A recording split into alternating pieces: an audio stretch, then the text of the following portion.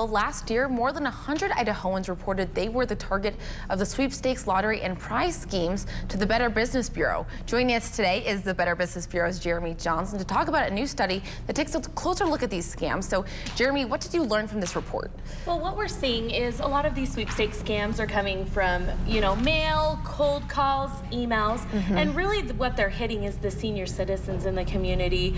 Unfortunately, what we see at the Better Business Bureau is this is the group that loses the most money to these types of scams. And a lot of it is coming from cold calls out of Jamaica. And actually, it's an interesting fact that there's two huge lottery kind of groups that make these cold calls, and because it's such a lucrative business, it's actually caused somewhat of like gang wars in between the two of them. Wow. And violence because it's so lucrative, and they're trying to get as many people as they can. Right, so how can people protect themselves from this? One thing is what we really see is a lot of people are losing a lot of money, and a lot of that's coming from wire transfers. And so what that situation is we saw it here in Idaho. Just over 100 people reported this scam, but over $612,000 was lost. And so what we're seeing is there's just a lot of money being lost on these scams. And so people just need to be really careful.